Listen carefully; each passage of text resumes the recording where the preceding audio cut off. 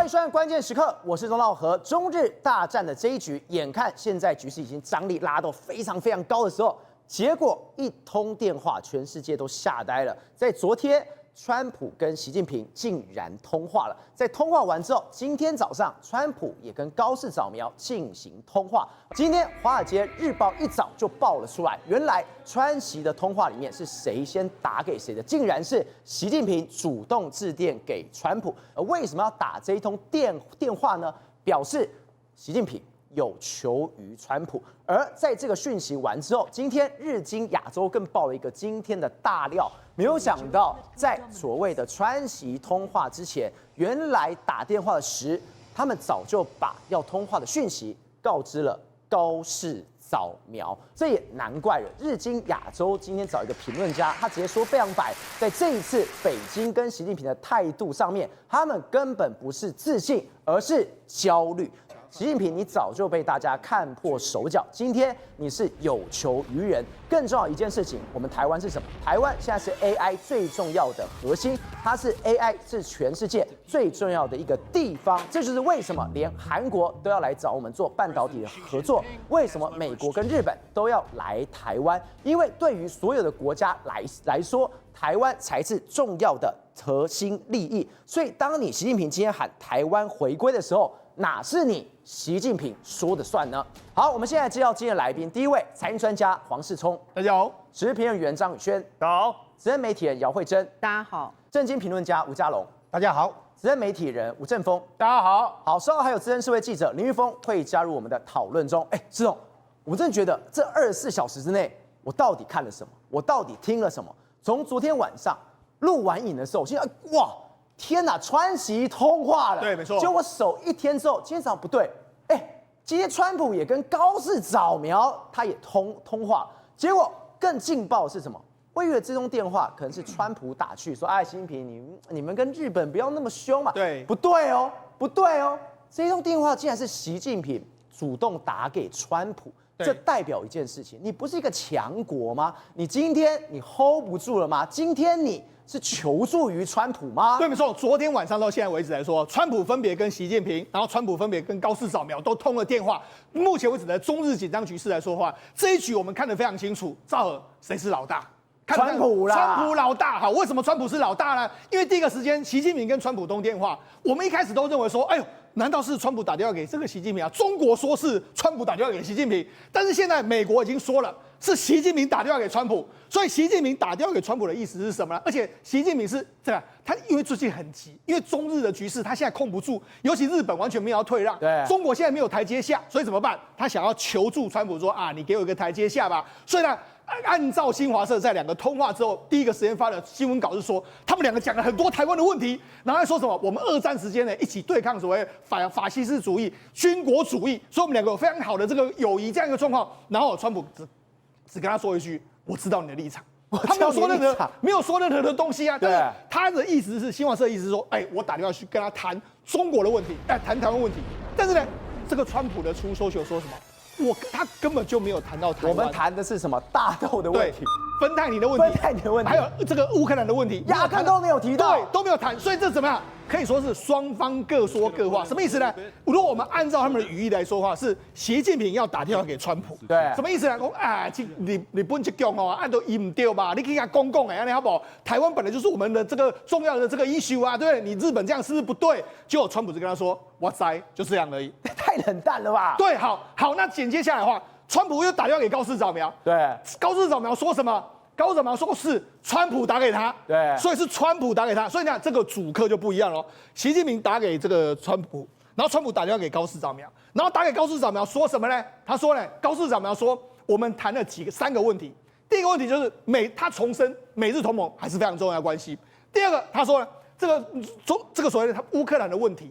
第3个说什么？川普把他跟这个习近平的见面都跟他讲，就这样，然后还高市早苗还跟这个，他还说，川普说欢迎你随时打电话给我，所以你看亲疏远近非常的清楚，所以搞到这一局来说话，就摆明的是什么？现在我跟他讲，川普的立场或是高市早苗的立场非常非常清楚，台湾问题寸步不让。为什么？你看习近平讲那么多台湾的问题的时候，这个川普只有说我知道，根本没有人理。对对然后高市早苗呢，他也不退让，所以告诉你为什么这样？因为现在不论是日本，不论是美国，都要弄一个所谓 AI 的基础建设，AI 基础建设创世纪计划，这个最重要的地方就是台湾，台湾现在绝对不能够丢，所以显然日本没有退让，美国也没有退让的这个打算。石总，如果照是这样讲起来，我真的觉得昨天中国发的这一大篇声明，洋洋洒洒的声明，大内宣的声明，也太糗了吧！今天等于是你为了要做大内宣这件事情，是你主动哦，对，请川普帮忙，结果现在啪啪响，你根本被打脸的。赵尔，我们说的是墙外的世界，在墙内不是这样，不是这样的，在墙内是川普打电话给习近平啊，但事实上就是习近平打电话给川普的嘛，哈。那所以呢，他说这个新华社的稿子是这样：习近平同美国总统特朗普通电话，然后他讲到这个，习近平阐明了中方在台湾问题上的原则立场，强调台湾回归中国是战后国际秩序的重要组成部分。中美曾经对抗法西斯，还有军国主义。他以前只有法西斯哦。他现在特别把军国主义弄出来，就是在讲你讲日本嘛，所以他讲得非常清楚嘛，对。然后当前更应该共同维护好二战的胜利成果嘛，好。然后最后当中国当年为了二战胜利发挥了这个重要的作用，美方理解台湾问题对中国的重要性，所以就是美方知道。就这样的，但是他没有赞同或者说反对的意思，就是这样，他就赞同哇塞，就这样而已。好，所以呢，他前一段还说什么这个川普还说什么习近平多伟大什么资料，好，这都是废话。所以他讲简单的来说，他要说什么呢？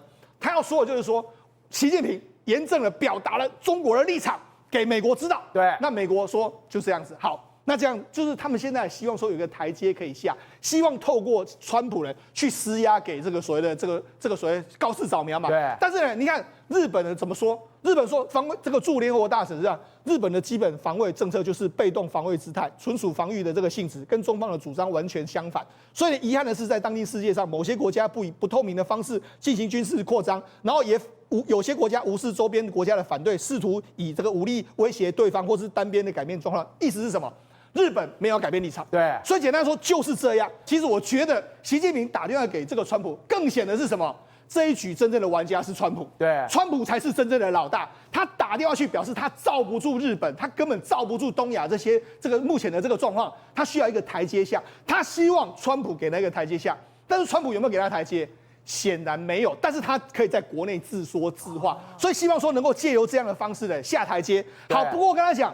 我们来对比哦，这是中国讲的哦，中国就讲说，中方的这个什么台湾的立场啊，然后还对这个乌克兰的危机还讲了这样，所以它里面讲的只有两个，一个是中美的贸易，然后这个台湾问题，还有乌克兰危机。对，好，这是他们两个三个谈的这个重点，对不对？但是我觉得中国讲的我们都不要信，我们来看川普发的出手秀，他说什么呢？我们 talking about 你看Ukraine, Russia, 芬太尼 soybean and other farm products， 就这样。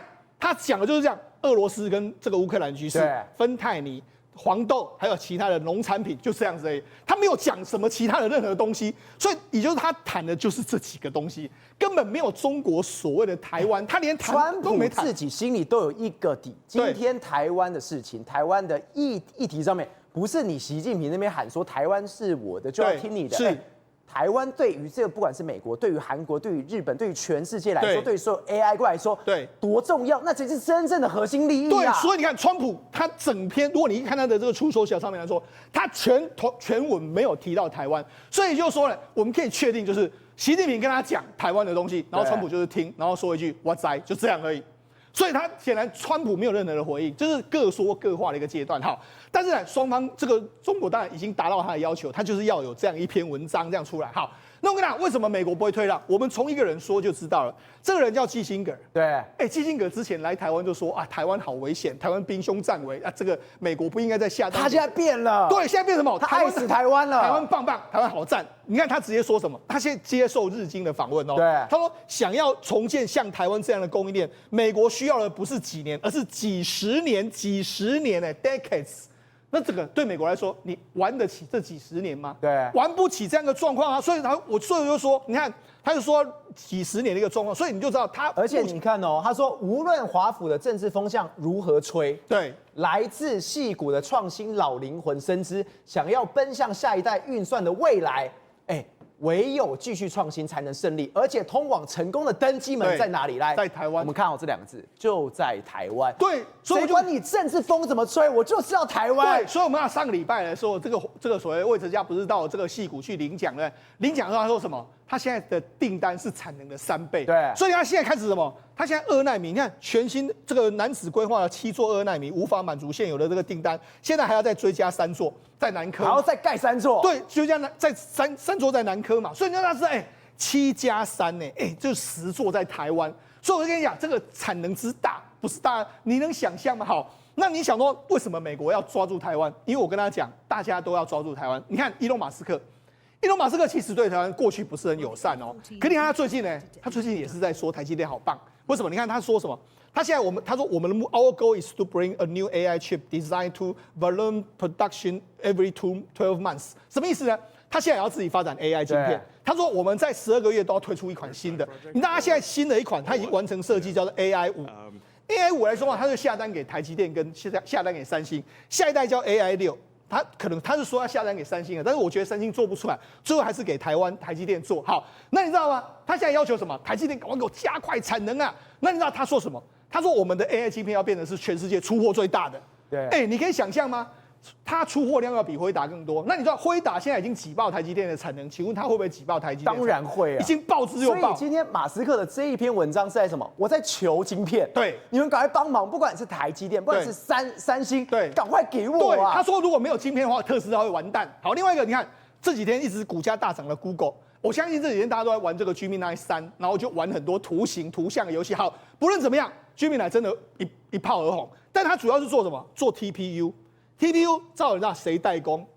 台积电代工，跟我们台湾的创意等等合作，就是这样。对 ，TPU 这么厉害的东西，好，它的产能，你看他说什么 ？AI 优先的战略承诺与全面投入900亿，他今年投资900亿，投入美金哦，只是一个开始。900亿美金只是一个开始。他说未来几年的算力要增加1000倍。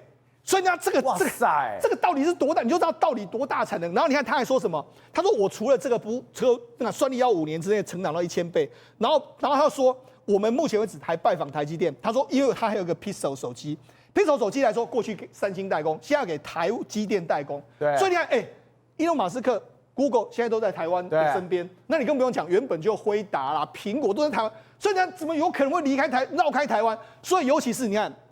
川普在11月24号不是签了一个行政命令吗？要启动美国的 AI 人工智慧，叫做所谓的 Genesis 的这个任务，叫做创世纪任务。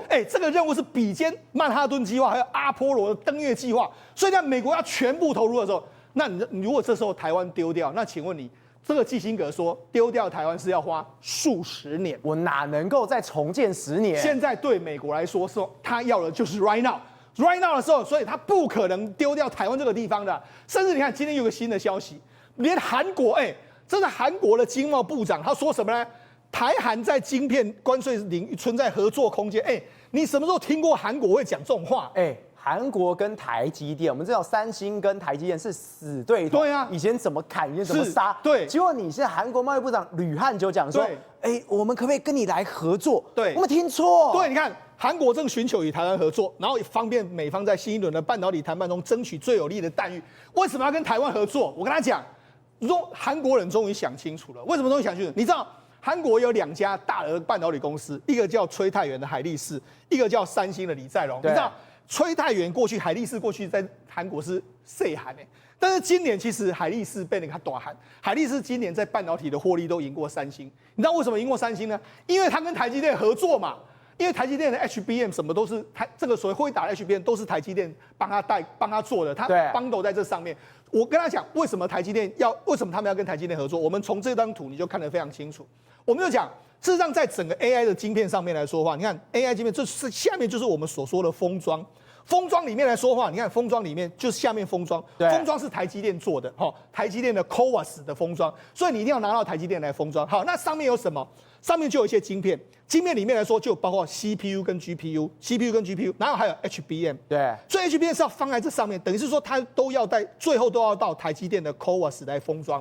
那为什么海力士做得很好？因为台积电跟海力士说，我跟你讲，你这个 HBM 要怎么做才能放到我的封装这个基础上面？它是专门帮这个台积电这个晶片旁边专门帮它客制化做 HBM 的，对，所以你看就是这样，难怪就削翻了。对，所以你看，这就是台积电的所谓3D 封装，它 CoWoS 封装的联盟大伙伴。你看，美光在这里面，海力士在这里面，三星也在这里面。所以简单是什么？你是我的伙伴呢。所以现在韩国终于想清楚了，你应该跟台湾合作。为什么？因为我跟他讲，韩国在 HBM 这一方面的确很强，台湾没办法做出来。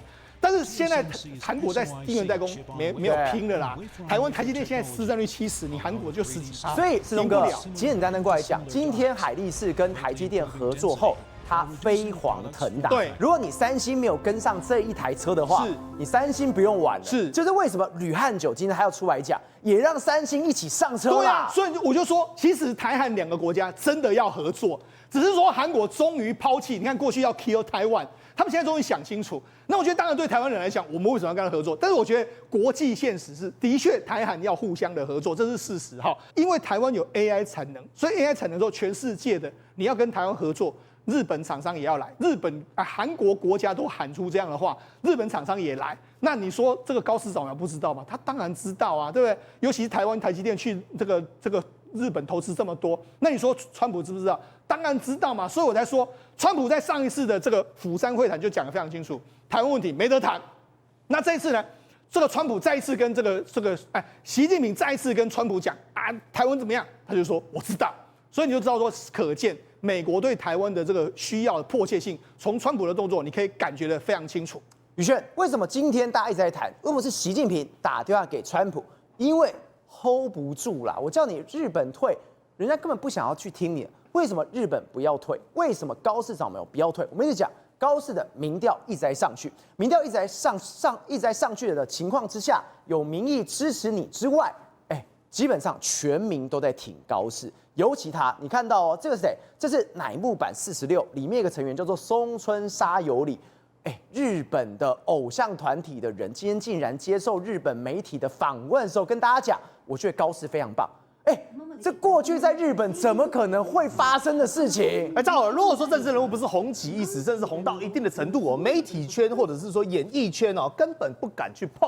但是呢，你看哦，这是原本的乃木坂46里面的一个偶像，叫做松村沙友里。对，他特别提到说，哎呀，我们现在年轻人呐，都很喜欢高市早苗。他是怎么喜欢呢？因为他把这个政治哦推广到原本这些对于政治根本漠不关心的年轻人身上，所以他认为说呢，他这样非常努力，而且非常棒。换言之，他给高市早苗呢比一个赞，觉得说他太好了。但你心里想想看，他这样是不是等于说他对于高市早苗支持跟表态嘛？对，为什么他敢这样做？因为理由很简单，高市早苗跟他现在是同行。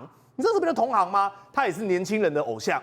你知道现在啊，他们有发明一个名词，年轻人不叫他高市早苗，因为早苗的日文叫萨那耶，但他不叫他萨那耶，他只叫他萨娜哦，就很可爱，很像偶像团体里面的。换言之，今天什么东西，他说啊，萨娜今天做了什么啊，萨娜干了什么啊，萨娜背了什么包，我们全部都要跟着萨娜走。因为你仔细看哦，在所谓的年轻人支持度的民调里面哈。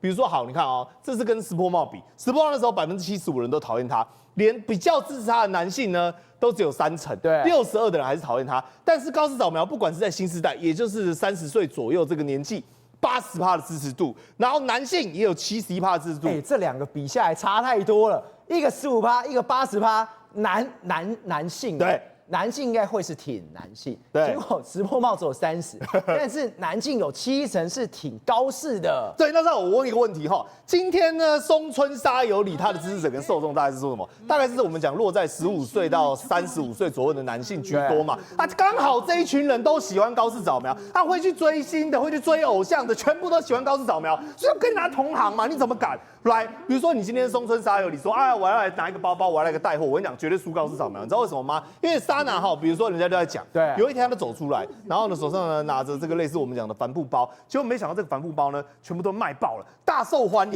你说高市早苗只是这样出来，对，结果这个包就卖爆了，我天哪！对，那因为你知道啊，这个包包哈，它是日本这种在地厂商所定制的，我们讲真皮的。那这个厂商呢，因为它做的速度很慢，结果没想到高市一背出来之后，电话全部都打进去，那打进去之后呢，他厂商出来道歉哦，我们讲只差没有土下座，你知道怎么道歉？他说各位不好意思，拜托不要再订了。他说因为我们这样明年1月才能出货，所以全部都被他弄爆了。爆单呢，就全部爆单，那高斯根本没有这样故意，而且我跟你讲啊，你知道他现在开始高斯变成一个带货王，这我们就刚才讲到那个包包，对，这个叫做 Grace Delight 哦，叫托特包，结果呢所有的颜色呢，他曾经拿过这个哦，就被扫空了。那后来呢，高斯早苗拿了这个原字笔哈，他们连这个原字笔都要抢，你知道最近他们讲说这个原字笔哦叫30的，叫做 J String。然后里面的粉红色卖最好，那包括了我们讲贩卖文具的这个银座有一个叫 Loft 的，他就跟你讲说，最近这个粉红色的原字笔销量增加了1.9倍，那黑色也是加1.5倍。真的假的？高斯当然不会是去拿粉红色嘛，那为什么粉红色会卖爆呢？因为代表说年轻人看到他拿什么也想要跟着拿，那很多呢可能都是一些我们讲年轻女生觉得啊卡哇伊，然后就觉得啊我要跟桑拿一样，然后就全部呢就把这个原字笔给扫完，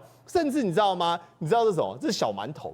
很多厂商哈，现在看新总统诞生，早苗酱红白馒头。等一下，连馒头都有高氏早苗的份。对，那因为这个东西是跟高氏早苗他的我们讲的出生有关嘛，所以你看他说祝诞生新总裁啊，然后这边上面就是很可爱的高氏早苗，然后下面有一些那个阁员，然后我不知道有没有小泉，然后连马克杯历任首相哈，以前其实本来就都会推这个，但是呢以前根本没让他买，结果呢没想到哈，我们讲短短2周，他说卖了2万个，然后其中为什么呢？因为旧的这些人哦，其实没人要看的。大家就是因为看到最新的有一个新的高氏早苗那边，所以日本哦，他现在日本掀起一个活动，这个活动叫什么呢？他们这个风潮叫做沙纳卡兹。那卡兹呢，就是卡兹东，也就是活动里面的活。那沙纳呢，就是我们讲的高氏早苗。所以你有没有看过有一部日本动漫很有名，叫《我推的孩子》嘛，对不对？对，它就叫做 Oshi， 他们现在就说 Oshi 沙纳，Oshi 沙纳卡兹，就是我们都要全部去推，把高氏早苗推上舞台。高氏早苗，对对对，我们就是他的应援团。但是我跟你讲，这个我就觉得有点太离谱了哈。对，因为之前呢，高氏早苗曾经表态过说啊，我很喜欢吃海苔哈，然后我特别喜欢用韩国的美妆啊，年轻人说啊，卡哇伊，这高氏早苗怎么跟我们年轻人一样？结果后来啊，韩国总统在 APEC 上因为送了一个我们讲的这个类似韩国这个 Olive Young 的这个牌子哈，那原本大家还在想说，哎，它只是平价品牌而已啊，这有什么大不了，对不对？那为什么在这种大场合送这种平价品牌？就没想到哈，因为高氏就刚好他都喜欢用这种东西，对哦，就没想到他日本呢整个境内就开始把这东西给抢爆，连他以前曾经写过的书，到现在为止哈，都在日本呢被抢购一空。但是哦，你知道啊，人一红哦就是非多。但高氏早苗现在爆红，大家都要去我们讲欧西沙纳的时候呢，你知道出现什么状况吗？诈骗集团也来了，诈骗集团盯上高氏早苗，而且我们现场有一位非常熟悉，你知道为什么吗？因为这就是所谓的投资诈骗。对啊，那我们这边呢最常被冒名投资诈骗，在脸书总共有182个账号的人叫黄世聪，黄世聪就是黄世聪。对对对对，高氏早苗步上他的后尘了。现在呢，人家就讲说，他说啊，我是高氏早苗，您好，你如果想要呢有一定的收益呢，想要有任何的投资呢，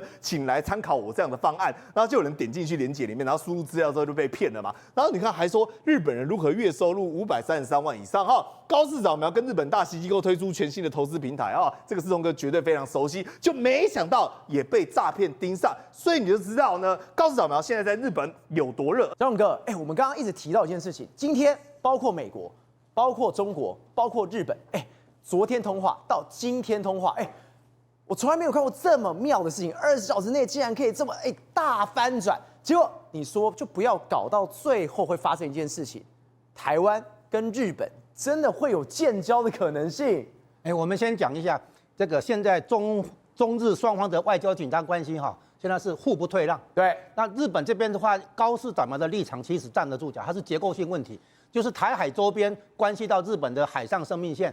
所以呢，日本有必要的时候要认定这是不是危机存亡事态，对，那就可以启动集体自卫权。他讲的这个论述本身没有问题，只不过大家应该注意这是假设性情况。如果台湾有事，理论上国家领导人不需要回答假设性情况，他会回答表示已经别有用意在了然后呢，接下来的话，我们要了解的是，既然双方都无法退让，中方这边有民族主义情绪在后面推着，对，不能退的结果一路下去的话，可能第一个会出现局部的军事碰撞，比如说美军的飞机曾经在南海上空跟中方的飞机碰撞，后来紧急迫降海南岛，然后呢海上的船只可能也会有摩擦碰撞，对，这种我们俗称擦枪走火其实就擦枪就是为了走火了就是再来一个就是外交上可能会有跟台湾这边外交升级的动作，包括正式建交都有可能。日本有一个记录，就是他了解美国的方向之后，他会抢先。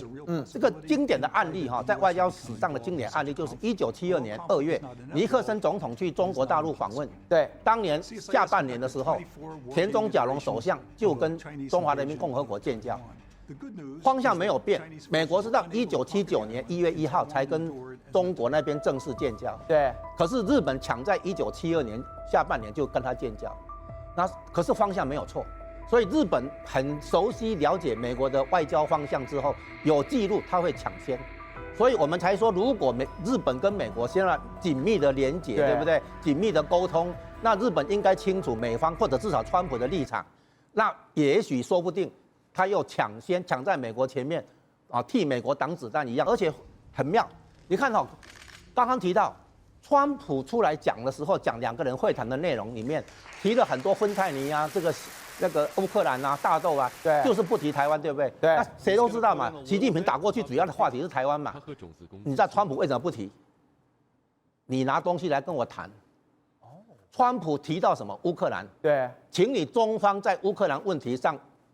约束一下俄罗斯，你拿这个来跟我谈，你拿大豆采购来跟我谈，所以川普讲的那些我们谈的这些议题，是在告诉习近平你要交投名状，他要习近平交投名状。你要我在台湾，习近平他不是说他自己国家非常大，他会交投名状？你要不要成交嘛？你要不要交易嘛？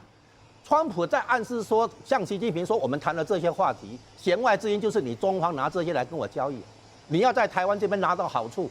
你要在别的地方给我好处，这些别的地方川普就列出来了，啊，但是呢，习近平不知道，台湾永远不是美国的交易筹码，对，就是我简称了，台湾是会卖品的，可是川普要假装还可以谈，化解中方的焦虑，让中方有期待，不要那么焦虑，对，但是呢，他跟中方谈完之后，会马上跟日方通讯息，表示什么？表示我们还是紧密的同盟关系。所以美日同盟是地表上最强的同盟关系，再来就是美英了哈。然后呢，所以在这个过程中，习近平想透过川普去稳住日中之间的紧张，然后向党内可以交代，对，我可以透过川普搞定日本，他想这样子，但是这样子肯定是失灵落空了。宏观取材，厘清真相，犀利精准，深入剖析，时刻掌握关键新闻时事，不漏接。老时段，新气象，我是钟浩和，关键时刻2.0全新出击。